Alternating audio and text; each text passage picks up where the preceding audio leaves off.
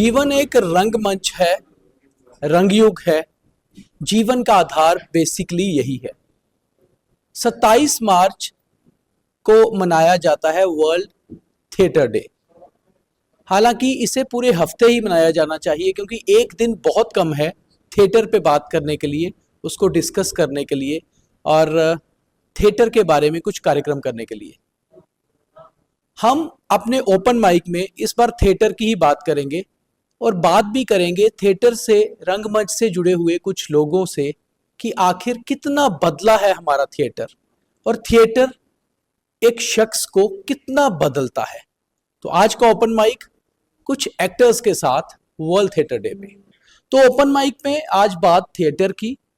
World theatre day भी था इस हफ्ते, तो इसलिए थिएटर ग्रुप के साथ बात करने से ये पता करते हैं कि आखिर थिएटर कितना बदल रहा है जमाने के साथ साथ। तो जूही, जमाना तो बदल रहा है, हमारी उम्र भी बढ़ती जा रही है, बदलते जा रहे हैं, बहुत कुछ बदल रहा है।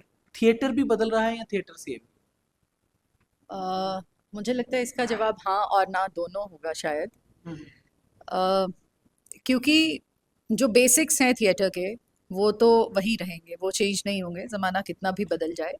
आप उसका ट्रीटमेंट थोड़ा बहुत आगे पीछे कर सकते हैं, बट ऐसा मेरा मानना है। बट जो बेसिक्स हैं they remain the same, they can't change, they do not change. Rajkumar Bahrupiya, बहुत बड़ा नाम जम्मू के थिएटर का। थिएटर में लोग ज्यादा आ रहे हैं या आज भी वही रफ्तार है जो आज से 30-40 साल पहले थी? क्योंकि थिएटर में वही आएगा जो थिएटर की समझ रखता है। थिएटर में पहले भी काफ़ी लोग थे, अभी भी काफ़ी लोग आते हैं, लेकिन सिर्फ फ़र्क ये आता है कि जो पहले लोग काफ़ी आते थे, लेकिन जो मंजर आम पर जो हमें सामने दिखते हैं वो उनकी गिनती कम होती है। कारण उसका ये है कि थिएटर एक ऐसा माध्यम नहीं है कि आप मतलब तुक्के से उसमें चल जाओ, क्योंकि सब कुछ एक लाइव ऑडियंस के सामने हो रहा होता है। तो जितनी भी उसमें भीड़ आए, चाहे उसमें कितना भी करने का मादा हो, सामने आकर मतलब 30 दिन की या 40 दिन की मेहनत के बाद जब परफॉर्म करना है, तो तब कुछ लोग ही उसमें एक्सेल कर पाते हैं। गिनती उस रेशो वो आज भी उतनी ही है। हाँ, ये फ़र्क ज़रूर है कि पहले के मुकाबले अब अवेयरनेस बढ़ गई है सोशल मीडिया के कारण, या थिएटर को एक अच्छी इज्जत की नज़र से देखने के कारण। अब मतलब माँ बाप खुद चाहते हैं, पहले लोग घर से चोरी थिएटर करते थे, अब माँ बाप खुद चाहते हैं उनका बच्चा थिएटर करे, किसी परफॉर्मिंग आर्ट में जाए। तो डेफिनेटली उस रेशियो में तो बहुत फ़र्क आया, ज़मीन आसमान का फ़र्क आया है। लेकिन जो क्वालिटी की बात है वो डिबेटेबल है।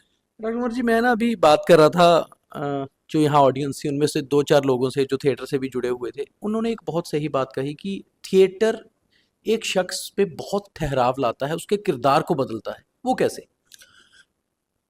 वो इसलिए कि जो जब आप एक नाटक से जुड़ते हो, जैसे आप इसके बरक्स किसी और विधा में जुड़ते हो, चाहे वो फिल्म हो, टेलीविज़न हो, तो हम ये जानते हैं कि टेलीविज़न में तो या फिल्म में तो कुत्ता भी रोल करता है, लोग कुत्ते के आंसू देख के भी रोते हैं। सांप को भी वो दूध का कर्ज वाली फिल्म में देखो तो सांप भी अपनी माँ का कर्ज निभा रहा है, जबकि सांप एक्टर नहीं है, कुत्ता एक्टर नहीं है। क्योंकि उसके पीछे एक पूरी टेक्नोलॉजी, एक पूरी टेक्निक इन्वॉल्व है। आप अपने कैमरे के लेंस से कुछ भी दिखा सकते हो, नाली को समुद्र दिखा सकते हो। थिएटर में ऐसा नहीं है। थिएटर आप समझ लीजिए कि हर दिन एक नई फसल देयर इज बोकर। मोर रियलिटी। नहीं, रियलिटी तो है, पर चैलेंज है ना उसमें। आपकी जो अपनी साधना है, जब आपने मान लो मैंने एक नाटक आज किया है, अब यही अगर नाटक मुझे कल करना है तो मैं ये नहीं सोच सकता मैंने तो कल किया था, मुझे उसके लिए मेहनत नहीं करनी है। मुझे वो जब भी करना है एक नई मेहनत से करना ही करना है, क्योंकि वो चीज़ कभी रिपीट हो ही नहीं सकती। तो वो ठहराव उसी प्रोसेस से आता है, क्योंकि उसमें साहित्य से आप जुड़ते हो, क्योंकि अल्टीमेटली स्टेज पे एक्टर नहीं होना है, चाहे उसके पीछे पूरी एक कास्ट है, पूरी टीम है, डायरेक्टर है, म्यूजिक भी होगा, सब कुछ होगा। पर जब नाटक शुरू होगा तब तो मंच पर एक एक्टर ही होगा ना। वो भूलेगा तब भी वही संभालेगा, वो अगर कुछ एक्स्ट्रा बोलेगा उसको भी वही समेटेगा, किसी की एंट्री लेट हो जाए उसने वो भी वही मैनेज करेगा। तो आप ये समझ जाइए कि अगर आप एक घर है और घर में एक कोई मैच्योर या सियाना व्यक्ति है जो पता है कि छोटा बच्चा कोई शरारत कर रहा है तो उसे संभालना है, तो वो ठहराव बड़े वाले में है। तो आप समझ लीजिए जो बड़ा है वो थिएटर है, जो बाकी चीज़ें हैं वो छोटे बच्चे हैं। बेसिकली हमारा ये ओपन माइक है, आप बीच में अगर कहीं मुझे टोकना चाहे या किसी से कोई माइक लेकर कुछ भी कहना चाह रहे हैं तो वो कर सकते हैं। आपका क्या नाम है? शिवान गुप्ता। शिवान, कब से थिएटर कर रहे हैं? मैं 2017 से थिएटर करना स्टार्ट किया था। इसी रंगयुग के साथ ही 360 आवर्स की वर्कशॉप थी। उसके बाद मुझे थिएटर के बारे में पता चला या उसके बाद शिवान का ऐसा कीड़ा जागा थिएटर का कि अब शिवान एनएसडी करके आए हैं अच्छा, और अब रंगयुग के साथ फुल टाइम ये पूरा मतलब देख रहे हैं। और रंगयुग ने अभी रिसेंटली एक एमओयू साइन किया है परेड कॉलेज के साथ, सो वहाँ पर शिवान क्लासेस भी लेते हैं। तो तो मतलब बाय प्रोफेशन एक्टर है। शिवान एक्सीडेंटल एक्टर थे बट अब ये अच्छा। प्रोफेशनल थिएटरिस्ट बन चुके हैं। शिवान, आप क्या सोचते हैं थिएटर के बारे में, ये बताइए। पकड़ लीजिए माइक। मुझे लगता है कि थिएटर हमें एक बेहतर इंसान बनना सिखाता है, हमें कितना सतर्क रहना चाहिए। हाँ, वही बात मैं लगभग से पूछा था, वो कैसे, मैं वो समझ जा रहा हूँ कि कैसे। अब और देखो, आप इसको पैशन मानते हो या प्रोफेशन मानते हो? ये पैशन भी है और प्रोफेशन भी है। ठीक है, जैसे मैं पत्रकारिता को मानता हूँ कि पैशन होगा तो ही प्रोफेशन में बदल आ सकता है, जिसको पैशन नहीं होगा वो नहीं कर सकता। वैसे ही थिएटर में भी है कि आपको पैशन ही नहीं है, आपको कोई जबरदस्ती थिएटर में नहीं घुसा सकता। फिर आप अच्छा एक इंसान को अच्छा इंसान बनना कैसे सिखाएंगे? क्योंकि जब से मैंने थिएटर करना स्टार्ट किया है तो मुझे ऐसा लगा कि मुझ में कुछ कुछ अच्छी चीज़ें आई हैं कि ये चीज़ ऐसी करनी चाहिए, ये मुझे थिएटर ने सिखाया है। तो उसी वजह से मुझे ये करना अच्छा लगता है कि इससे एक तो नई चीज़ सुनने को मिली कि एक नई कहानी हम अपने दर्शकों तक बता पाएंगे कि क्या चीज़ कैसे किसी ने कही हुई है, तो कहानियों के बारे में पता चलता है। और खुद के बारे में सबसे बड़ी बात कि खुद के बारे में इंसान को पता चलता है थिएटर। एक और चीज़ है, मुझे लगता है, हालांकि मैंने कोई प्ले किया नहीं है, देखे बहुत है, और बहुत सारे थिएटर एक्टर मेरे दोस्त हैं, तो इनसे बात करके ये समझता हूँ कि इंसान में मुझे लगता है ठहराव आता है। आप क्या सोचती हैं? जी जरूर। मेरा नाम पूनम है। मैं सबसे पहले ये बताऊंगी ये मेरा फर्स्ट एक्सपीरियंस था जी। अ, मैं जितना इन लोगों से बात करके पहले तो मैंने ये दोस्त बनाए, समझने की कोशिश की। मुझे ऐसा लगता है आप लाइफ में कुछ ना कुछ एक्सपीरियंस हमेशा करते हैं, आप इमोशंस में हमेशा होते हैं, बट आप जब इन प्रोफेशनल्स के साथ होते हो तो आप एक नई डायमेंशन से वो चीज़ें समझना शुरू करते हो। पहले आप सिर्फ उसमें सबमर्ज्ड होते हो, बट फिर आप बाहर निकल के उनको समझते हो। आप कैसे जुड़े मुझे नहीं पता, मैं एक्सीडेंटली ही जुड़ी हूँ और मैं मुझे मुझ बस इसका मैं कोई रीज़न नहीं दे सकती, बट आई थिंक मुझे अच्छा लग रहा है। कितनी देर से आप जुड़े हो, मतलब कितना टाइम? 10 दिन, 20 दिन, 2 महीने, कितना टाइम? टाइम थोड़ा हो गया है, मैं स्पेसिफिक तो नहीं कह सकती। इन लोगों से बात किए हुए, इन लोगों से इंटरेक्ट किए हुए चलिए, 1.5-2 डे- साल में जीवन में कुछ लगता है बदलाव आया ना थिएटर? ज़रूर, मैं वही आपको कह रही हूँ, आप इमोशंस में हमेशा होते हो, आप अपनी लाइफ एक्सपीरियंस कर रहे हो, आप हमेशा इमोशंस में हो। बट आप जब उन इमोशंस को अलग डायमेंशन से समझना शुरू करते हो, आप उस चीज़ को विटनेस करते हो, वो मैंने यहाँ पे आके सीखा है, वो मैंने यहाँ पे आके सीखा। पूनम की बात से ये लग रहा है जैसे कि मतलब वाकई में, जैसे मुझे लगता है बिगनर आप ही हो सारे ग्रुप में शायद, है ना? कि मैं अपने हिसाब से सोच रहा था, मुझे 20-21 साल पत्रकारिता में हो गए, तो मुझे लगता है यहाँ पर तो एग्रेशन ज़्यादा है, गुस्सा ज़्यादा आता है, और थिएटर में आने से इंसान में ठहराव आता है। शायद थिएटर करना एक बेटर है उस हिसाब से, हालांकि प्रोफेशन वो भी है। थिएटर को एज ए प्रोफेशन अगर हम बात करें तो आज अपॉर्चुनिटीज बढ़ी हैं क्या? आप कैसे देखते हैं? मैं बता हाँ, दूं, पहले आप मैं बताता हूँ कि सोहम कश्यप है, और रंगयुग के साथ ये एज ए चाइल्ड आर्टिस्ट जुड़े थे। आई थिंक 94 या 5 की बात है। तो तब से ये लगातार थिएटर कर रहे हैं, और बड़ी पैशन से कर रहे हैं। तो मुझे लगता है सबसे बेहतर इस सवाल का जवाब यही दे सकते हैं, सोहम। आप ही बताइए। सर जैसे कि राजकुमार जी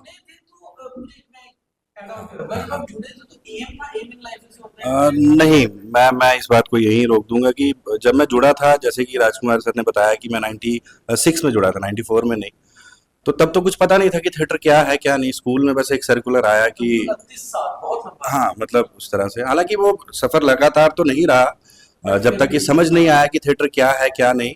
तो उसी तरह स्कूल में सर्कुलर आया कि कोई थिएटर ग्रुप है जो कि रंगयुग है, तो वो कोई वर्कशॉप कर रहा है। तो ये भी नहीं पता था कि उस वर्कशॉप में है क्या, मतलब जहन में तो यही आया कोई डांस गाना ये सब होगा। तो उस प्रोसेस को हमने किया जिस तरह से भी था वो। तो लेकिन जब समझ में आया उसके 1, 2, 3, 4 साल के बाद कि नहीं, थिएटर बहुत ज़रूरी है। और मैं पर्सनली ये समझता हूँ कि थिएटर हर व्यक्ति के लिए बहुत ज़रूरी है। मतलब जितना ज़रूरी खाना खाना है, मुझे लगता है हर व्यक्ति को, जिसको थिएटर की समझ है, उसको एटलीस्ट, जो थिएटर नहीं करता उसको ये एजुकेट करना जरूरी है कि भाई तुम थिएटर करो। जिसमें आप ठहराव की बात करें, ठहराव की बात रही है, मतलब हर चीज में, हर जीवन में हर चीज का प्रोसेस रहता है, उसी तरह थिएटर का प्रोसेस भी जो है बहुत अहम रहता है। वही प्रोसेस जो है हमें उन चीजों के लिए मतलब जागरूक करता है। जो ठहराव की आप बात कर रहे हैं, वही ठहराव, वही प्रोसेस जब हम अपने जीवन में उसको लेके जाते हैं, तो वो जीवन में जब उसका मतलब उसको हम देखते हैं, तो मुझे लगता है उस हिसाब से थिएटर के लिए थिएटर बहुत जरूरी है। संभावनाएं कितनी बदली है इसमें, अपॉर्चुनिटीज कितनी आई है पहले से? अपॉर्चुनिटीज का, हाँ, जब जब मैंने ज्वाइन किया था तब मीडियम हमारे पास कम थे, सोर्सेज कम थे, रिसोर्सेज कम थे लोगों को जोड़ने के। तो अब जैसे कि सोशल मीडिया का इतना इन्फ्लुएंस हो गया हुआ है, तो मुझे लगता है कि अब पॉसिबिलिटीज बहुत है, मतलब थिएटर करने वाले के लिए भी और देखने वाले के लिए भी। जो पहले टाइम था और इस टाइम को हम कंपेयर करें तो डेफिनेटली इसमें इजाफा हुआ है, इसमें कोई भी दो राह नहीं है। मेरा नाम सुमित है, सुमित कुमार। और टू बी वेरी फ्रैंक, काफ़ी टाइम हो गया इस ऑर्गेनाइजेशन के साथ। जहाँ तक आप बोलते कि हाँ खुद का चेंज, यस, आपको आपकी मतलब खुद को एक्सप्लोर करने का जो है ना, जो आपकी इंडिविजुअलिटी है उसको क्लीन करने का, उसको नरिश करने का, this is one of the best. मैं मतलब खैर जो बहुत सारी बातें जो इसके रिलेटेड थी वो ऑलरेडी मेरे मतलब कलीग्स कह चुके हैं, लेकिन ऐड ऑन यही है कि यस, आपको खुद को, आपका जो सोल है उसको नरिश करने का, आई डोंट थिंक कि इससे बेटर कोई प्लेटफॉर्म है। यहाँ तक रही मेरी सीरियसनेस की बात मतलब इतना सीरियस नहीं था, बड़ा जॉली था। हाँ, लेकिन जैसे जैसे इसमें इन्वॉल्व होता गया वो जॉलीनेस के साथ थोड़ा सा इंटेंसिटी मतलब बढ़ी। और मैं आज अपने एक शो में ना इसका जिक्र कर रहा था, वर्ल्ड थिएटर डे का। तो बट ऑब्वियस है, जब वर्ल्ड थिएटर डे की बात करेंगे तो एक्टिंग की बात ही होगी। तो मैं उनकी, एक्टर तो हम सब हैं, कुछ कैमरा के आगे, कुछ कैमरा के पीछे, कुछ अपने परिवार में, कुछ अपने दफ्तर में, कुछ समाज में, कुछ दोस्तों के साथ, कहीं ना कहीं हम कुछ ना कुछ एक्टिंग कर ही रहे हैं। क्योंकि इतना क्लियर किरदार तो कोई भी नहीं है कि हर एक के सामने हमेशा कोई आदमी एक जैसा हो। तो हम एक्टिंग तो कर रहे हैं, मगर क्यों ना एक्टिंग से किरदार को बनाया जाए, बिगाड़ा ना जाए, वैसी एक्टिंग की जाए। तो थिएटर मुझे लगता है एक वैसी एक्टिंग हमें वो करता है। वैसे तो हम लोग एक्टिंग कर ही रहे हैं। जो ही अपॉर्चुनिटीज की अगर बात करें, कुछ लोग सिर्फ प्रोफेशनल तरीके से भी थिएटर में आते होंगे, या अभी भी वो लोग हैं जो वाकई में कुछ सीखने के लिए और पैशन के लिए ही थिएटर में आ रहे हैं, आज का यूथ या आज का चाइल्ड? अ, मुझे लगता है जैसे आपकी एज अ थिएटरिस्ट एक जर्नी होती है, वैसे थिएटर की भी जम्मू में ख़ास तौर से एक अपनी जर्नी रही है। जैसे हमने सुना है कि पहले नाटक होते थे बहुत बड़े स्केल पर, और लोग टिकट्स खरीद कर जाते थे। इनफैक्ट हमने रंगयुग में भी कुछ ऐसे नाटक किए हैं जिसमें लोग टिकट्स खरीद के जाते थे, और अभी भी हमारा प्लान था कि हम टिकट रखेंगे, बिकॉज थिएटर के लिए एक ऑडियंस क्रिएट करना इज ऑल्सो वेरी इंपॉर्टेंट। और थिएटर में इट्स नॉट जस्ट एक्टिंग, जैसे आपने शुरू में कहा, सिर्फ एक्टर्स नहीं होते हैं, और भी बहुत सारे बैक स्टेज के लोग भी इन्वॉल्व रहते हैं। That's another thing. तो थिएटर की भी एक अपनी जर्नी है। मतलब हमने सुना है कि एक वक्त था जब theatre was at its peak, और बहुत बड़े बड़े कुछ नाम जम्मू में रहे हैं। जैसे फिल्म्स के एक्टर्स एक स्टेटस सेलिब्रिटी वाला एंजॉय करते थे, वैसे हमारे जम्मू में भी यहाँ पे लोग एंजॉय किया करते थे। निकलते भी थिएटर से थे जो एक्टर्स। हाँ, ज्यादातर आज भी आप फिल्म इंडस्ट्री में भी अगर आप देखेंगे तो हीरो कोई भी हो सकता है, लेकिन जो एक्टर हैं वाकई में जिन्हें एक्टिंग आती है, आप कह पाएंगे। सो मोर और लेस ज्यादातर लोगों का थिएटर बैकग्राउंड है, वो एनएसडी से होंगे या कोई भी प्रोफेशनल थिएटर स्कूल से होंगे, बट थोड़ा बहुत कनेक्शन आपको दिखेगा। ऑडियंस ये कम होगी। देखो, मैंने उतना ज्यादा नहीं देखा है, सुनी हुई जो बातें हैं, तो वो हमने एक वक्त सुना है कि ऐसा हुआ करता था, बट बीच में हमने देखा कि थोड़ा डाउनफॉल आया। उसका रीज़न कुछ भी हो सकता है, बट हमने देखा कि एक डाउनफॉल आया। बट अब मैं देखती हूँ कि फिर से एक तरह की मूवमेंट एक शुरू हुई है। और सबसे इम्पॉर्टेंट चीज़ ये है कि यंगस्टर्स को थिएटर के साथ जोड़ना, जो यहाँ रंगयुग में मुझे लगता है जैसे कॉलेज में इंट्रोड्यूस कराया एज अ कोर्स, वो मुझे लगता है इस तरह के स्टेप्स बहुत इंपॉर्टेंट होते हैं और ऐसे और होने चाहिए।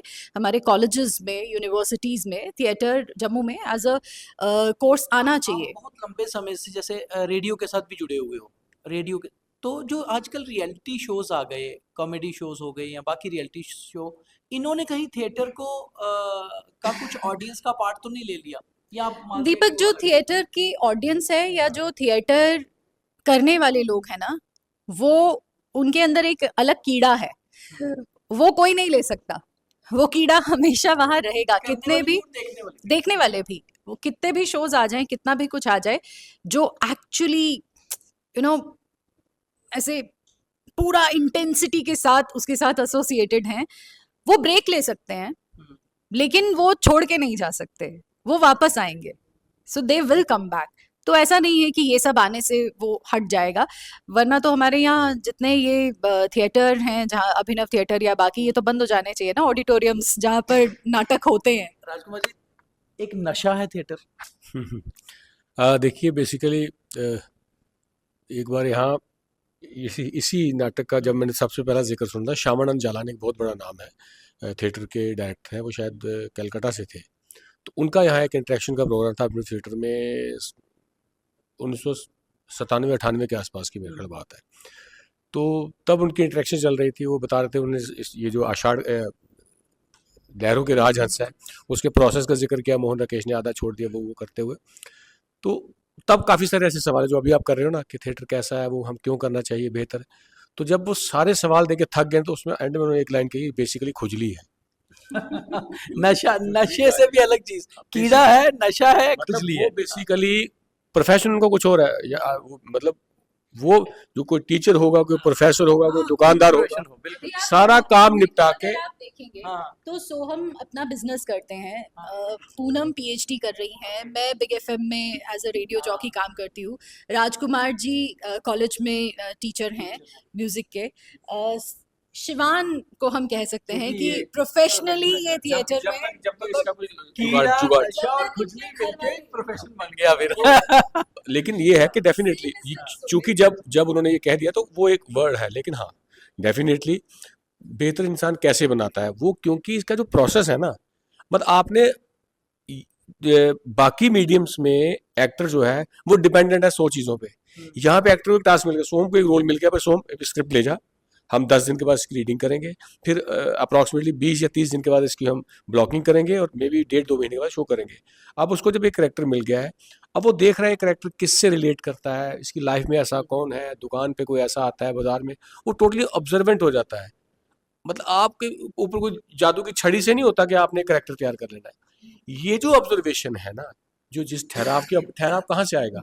अदरवाइज आप शाम को जब किसी महफिल में दोस्तों के साथ बैठते हो, 4 तरह के दोस्त होते हैं, बिल्कुल, या 5 तरह के होते हैं, वो जब 2-2 पैग लगाने के बाद उनकी असलियत बाहर आती है, एग्जैक्टली। तो तो सही है, बिल्कुल, वो किरदार निकलता है। निकलता है ना, तो तब पता लगता है कि दुकानदार कौन सा है इसमें से, वो चीफ इंजीनियर कौन है, थिएटर वाला कौन है। प्रोफेशन में आता है, फिर वो गप्पे भी आती है। एक एक्टर वहां भी ये देख रहा होता है इसमें कौन सा रोल कभी मुझे करना है। हाँ, वो ठहराव, वो देख देख के ये ठहराव आपकी लाइफ बन जाता है बेसिकली। हाँ, अच्छा बुरा इंसान सारे होते हैं, मैं नहीं कहता कि थिएटर के अंदर से कोई आदमी देवता बन जाता है, वो तो आपकी अपनी नेचर है, लेकिन जब आप इस फील्ड में आप कितना चोर बन जाएंगे, आप विचार कितना कुछ चोरी कर सकते हैं। अच्छा एक और चीज, हाँ हाँ जी। एक छोटी सी एग्जांपल मैं यहाँ पर दूंगी। अभी कुछ दिन पहले, जैसे राजकुमार जी ने कहा ना, मैं एक इंटरव्यू देख रही थी करण जौहर का, तो उसमें आई थिंक कभी अलविदा ना कहना है, कभी खुशी कभी गम, सम मूवी, किसी मूवी की वो एग्जांपल दे रहे थे, उसमें करीना थी, ऋतिक थे, कभी खुशी कभी गम। तो उसमें एक सीन था ना जहाँ पर एंड में वो दादी मर जाती हैं शायद, तो वो करण जौहर बता रहे थे कि हमने वो सीन शूट कर लिया and all that, and Kareena was like crying बहुत ज़्यादा, तो जबकि उसको ज़रूरत नहीं थी वहाँ पर उतना रोने की। तो हमने वो शूट कर लिया और बाद में जब हम जा रहे हैं, पैकअप करके हम जा रहे हैं, तो करीना पूछती हैं कि by the way who died, अच्छा, कि उस सीन में मैं इतना रो रही थी, उसमें मरा कौन था। सो ये एक बहुत बड़ा डिफरेंस है, डिफरेंस थिएटर है, में आप हाँ। नहीं कर सकते हैं, क्योंकि फिल्म मतलब मैं उस मीडियम को मैं जुड़ा जाता है हाँ, कट टू कट है। नहीं कह रही हूँ, मैं सिर्फ ये कह रही हूँ कि इसमें आपको शुरू से लेकर आखिर तक आपको उसमें घुसे रहना पड़ेगा। इसमें एक एक बुरी जो आप कह रहे हो, किसी विधा को हम बुरा नहीं कर रहे, लेकिन पिछले कुछ टाइम में जो एक बुरी बात हुई है कि मैक्सिमम जो इंडस्ट्री है ना, चाहे फिल्म इंडस्ट्री, सोशल मीडिया, उसमें थिएटर को यूज किया जा रहा है एक, समझ लो, फैक्ट्री के तौर पे, कि यहाँ से लोग बन के आएंगे, निकल के आए और आगे जाएं। लेकिन फिर उसमें दो धाराएं बन जाती हैं। एक वो जो इसी सोच के हिसाब से थिएटर जाते हैं, थिएटर करना क्यों, कि फिल्म करने जाना है, क्योंकि थिएटर आगे करना है क्यों, प्रोफेशन कि टेलीविजन में जाना है, लेकिन कुछ आते हैं जो आते हैं थिएटर ही करना है। तो वो दो धाराएं, एक झोला उठाने वाली और एक बॉम्बे का टिकट कटाने कुछ ऐसे प्लेज होते हैं या कुछ ऐसा थिएटर, जैसे आप तो अभी प्रोफेशनल भी हो रहे हो, जो आपकी लाइफ पे असर कर जाते हैं, ऐसा होता है बीच में? कुछ ऐसे प्ले हम लोग एक प्ले कर रहे थे, उसमें चार लोग हैं टोटल, और हम लोगों ने उसकी रीडिंग शुरू की। मैं नाम नहीं बोलूंगी उस प्ले का, शायद हम उसे आगे करें। तो उसमें से एक कैरेक्टर राजकुमार जी कर रहे थे, तो हमने कुछ दिन उसकी रीडिंग की और उसके बाद राजकुमार जी ने हाथ खड़े कर दिए। ही सेड कि मैं ये नाटक नहीं करूँगा। क्यों? क्योंकि उस कैरेक्टर में ये इतना खो गए थे कि ये खुद डिप्रेशन में जा रहे थे। ही सेड कि मैं मतलब क्या कैरेक्टर था राजकुमार जी का? नहीं नहीं, और अब कितने किया साल नहीं हो गए? नहीं किया अभी अभी देखो, अभी तक नहीं किया। कितने, आई थिंक 4-5 साल हो गए हैं उसको। अभी तक हमने उस नाटक को दोबारा नहीं उठाया है क्योंकि राजकुमार जी अभी रेडी नहीं। मतलब कुछ ऐसे करेक्टर या कुछ ऐसी चीजें होती हैं जो हमारी लाइफ पे असर कर जाती हैं। हाँ सुमित जी, आप कुछ आप उसे मेरी कमजोरी कह सकते हो बेसिकली, एज ए प्रोफेशन ऐसा नहीं होना चाहिए। तो लेकिन कई बार कोई ऐसी हो भी जाता है। दुखती रग होती जो आपके हाथ में नहीं है, तो उसको छोड़ देना चाहिए थोड़ी देर के लिए। मे बी थोड़ी देर में मैं ढीठ हो जाऊं तो फिर हो जाए। क्लोज टू रियलिटी, यस, होता है सर।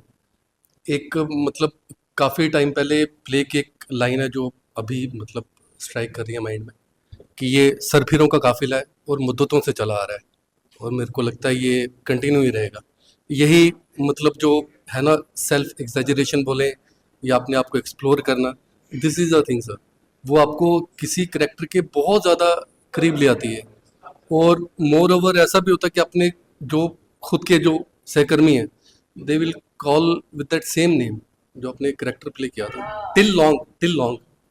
वो है, एग्जाम्पल्स हैं, और वो अभी की नहीं है, वही सरफिरों का काफिला मुद्दतों से है, काफ़ी टाइम से है, और मुझे लगता है मतलब कंटिन्यू रहना चाहिए। आज के प्ले का क्या नाम था, क्या टाइटल? लहरों के राजहंस। कब लिखा गया था? आप देखें, वही 60s में 67 लॉन्ग वही चीज कहने वाला था कि कितना पुराना ये था और कंटेम्प्रेरी है। आप समझे, दिक्कत ये नहीं है, आप देखो ना, महाभारत में नाटक लिखे जाते हैं ना, महाभारत से बड़ा नाटक हमारी मैथोलॉजी में आज तक कोई नहीं हुआ, उससे इतने नाटक लिखे। ये मेन चीज है कि जो नाटक है या कोई भी साहित्य की विधा है, वो कालजयी होनी चाहिए। उसका उस टाइम पीरियड से कोई लेना देना नहीं है। नाटक एक टाइम पीरियड का है, लेकिन वो जब भी किया जाए, वो फ्रेश लगे। हाँ, वो फ्रेश लगे। कि अभी का है, वो किसी घटना से जुड़ा ना हो, वो किसी व्यक्ति विशेष से जुड़ा ना हो, वो व्यक्ति विशेष हो भी चाहे, लेकिन वो सिर्फ एक टूल हो उस बात को आगे पहुंचाने के लिए जो राइटर कहना चाहता है। मतलब करेक्टर रियल हो, स्टोरी फिक्शन हो सकती है। तो ये नाटक का है, ये साहित्य की किसी विधा में भी है। मतलब मान लो तवी में बाढ़ आ गई और 4 बंदे मर गए, तो हमने उस पर एक नाटक लिख दिया, वो नाटक एक टाइम फ्रेम तक जिंदा रहेगा, कुछ देर के बाद वो लोग भूल जाएंगे। नाटक लिखने मतलब नाटक मंचन तो है ही है, जो इसके लेखक हैं, जो नाटक लिखते हैं, थिएटर लिख रहे हैं, मतलब वो ये सारी चीजें मतलब फिक्शन लिखे हैं या रियलिटी लिखे, उसमें ये चीजें हैं कि ऐसी चीजें लिखें जो आपका रेलिवेंस जिसकी लंबे समय तक चले। और कोई भी इसको उनकी निभा भी अपनी एक जर्नी है। जैसे इसी नाटक के जो राइटर हैं मोहन राकेश, कहते हैं कि जब पहली बार इसका मंचन हो रहा था तो उसकी रिहर्सल्स शुरू हो गई, सब कुछ शुरू हो गया, and there was no end to the नाटक, और राइटर गायब हैं, राइटर खुद उस एंड को ढूंढ रहे हैं। और हाँ, और एक दिन बहुत बारिश हो रही थी रात में, तो वो जाकर डायरेक्टर के घर के बाहर जाते हैं और फिर जाकर वो उनसे उस एंड को डिस्कस करते हैं। तो हर किसी की एक जर्नी है, जब तक आप उसमें इन्वॉल्व नहीं हो जाते तब तक नहीं हो पाता। बहुत बढ़िया। तो मुझे लगता है कि हालांकि ये टॉपिक भी ऐसा है, थिएटर जितना भी हम डिस्कस करना चाहेंगे इसको ओपन माइक पे, ये खत्म नहीं होगा, ये टॉपिक चलता रहेगा। मगर इस एपिसोड को हम खत्म करते हैं इसी चीज के साथ कि थिएटर ना कभी बदला है, ना कभी बदलेगा। थिएटर यूं ही चलता रहेगा, जैसे जैसे पीढ़ियां आगे बढ़ेंगी, युग आगे बढ़ेंगे, थिएटर भी बढ़ता रहेगा। और थिएटर में ना लोग कभी आना कम हुए थे, ना कभी कम होंगे, ना संभावनाएं कम हुई थी, ना कभी कम होंगी। हमेशा ये ऐसे ही आते रहेंगे, ऐसे ही चलता रहेगा। और जैसे एक जीवन एक रंगमंच है, तो जीवन भी चलता रहेगा और रंगमंच भी चलता रहेगा। तो आज के ओपन माइक में इतना ही। अगले ओपन माइक में किसी और टॉपिक पे